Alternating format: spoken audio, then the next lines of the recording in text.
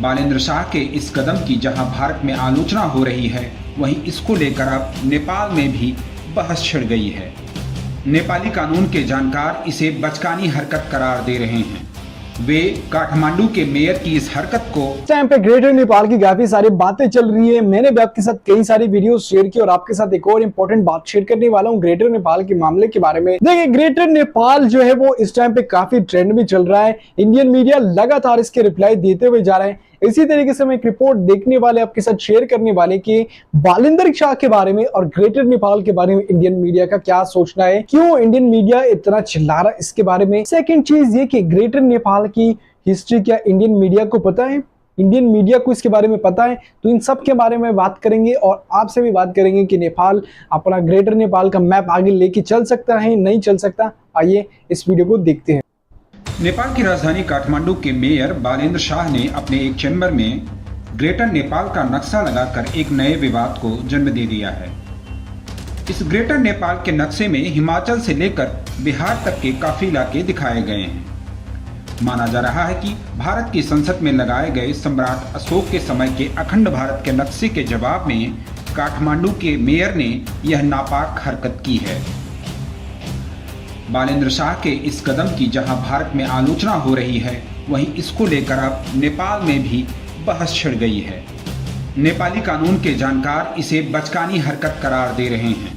वे काठमांडू के मेयर की इस हरकत को देश के संविधान और राष्ट्रीय हितों के खिलाफ करार दे रहे हैं।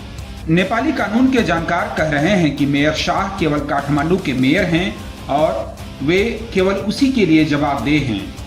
संविधानविद कह रहे हैं कि मेयर शाह ने संविधान की भावना के खिलाफ जाकर के काम किया है।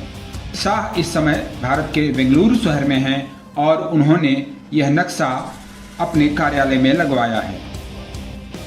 उधर शाह के एक सहयोगी का कहना है कि हमें नेपाल के गौरवशाली इतिहास को याद रखना चाहिए। यह कदम राष्ट्रवाद के बारे में सकारात्मक संदेश देता है। नेपाली संविधान के विशेषज्ञ विपिन अधिकारी कहते हैं कि चुने हुए प्रतिनिधियों को केवल नेपाल के संविधान से मान्यता प्राप्त नक्शे को ही लगाना चाहिए। इससे पहले भारतीय विदेश मंत्री एस जयशंकर ने अखंड भारत विवाद पर साफ कहा था कि यह केवल अशोक के साम्राज्य को दिखाता है। दरअसल एक समय में नेपाल का भूभाग पूर्व में तीस्ता नदी से लेकर पश्चिम में सतलज नदी तक फैला हुआ था। इस बीच अंग्रेजों के साथ युद्ध में नेपाल ने अपनी भूमि का एक बड़ा हिस्सा खो दिया। युद्ध के बाद मेची से तीस्ता और महाकाली से सतलुज नदी तक के क्षेत्रों को अस्थायी रूप से भारत में मिला लिया गया था। नेपाल और ब्रिटिश ईस्ट इंडिया कंपनी के बीच में 4 मार्च 1816 को सुगौली संधि पर हस्ताक्षर हुए थे, जिसने नेपाल के क्षेत्र को मेची महाकाली नदी तक ही सीमित कर दिया।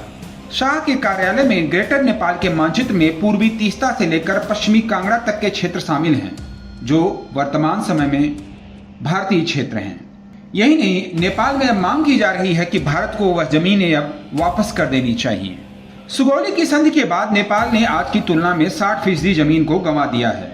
नेपाल के एक विशेषज्ञ कहते हैं, केवल जमीन एक देश को नहीं बनाती है, जनसंख्या इसमें बेहद अहम भूमिका निभाती है।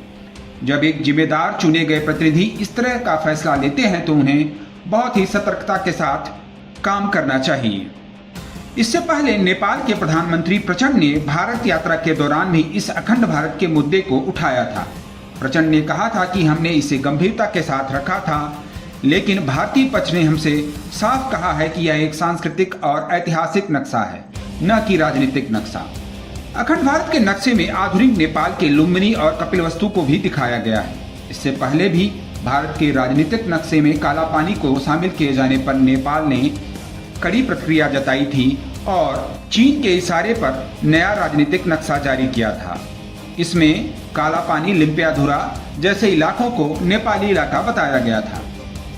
नेपाल के तत्कालीन प्रधानमंत्री केपी ओली के इस कदम से दोनों देशों के बीच में रिश्ते रसातल में चले गए थे। इस वीडियो के अंदर आपने देखा होगा कि ग्रेटर नेपाल का जो मैप है वो बालेंद्र शाह ने लगाया। क्यों लगाया? वो कोट करने के लिए, सिर्फ रिप्लाई देने के लिए कि आपने जो है वो अखंड भारत का मैप लगाया। अखंड भारत का मैप से जो है ना एस जयशंकर जो इंडिया के, उन्होंने ये बात की कि अखंड भारत नहीं, हम अनडिवाइडेड की बात करें तो इधर नेपाल के बालेंद्र शाह ने बोला कि भाई आजा, मैं तेरे को अनडिवाइडेड इंडिया बताता हूँ, मैं तेरे को अनडिवाइडेड नेपाल दिखाता हूँ।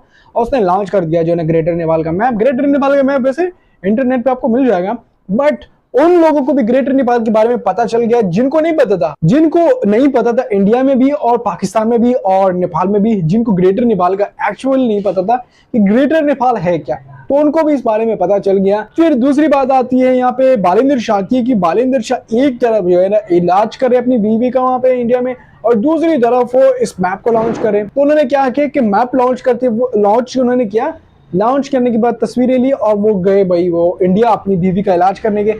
और उसके बाद उनकी जो है तस्वीरें वायरल हो गई, तो सब उसके ऊपर बात करें कि एक तरफ वो इलाज करे, दूसरी तरफ वो ग्रेटर नेपाल का मैप लॉन्च करे।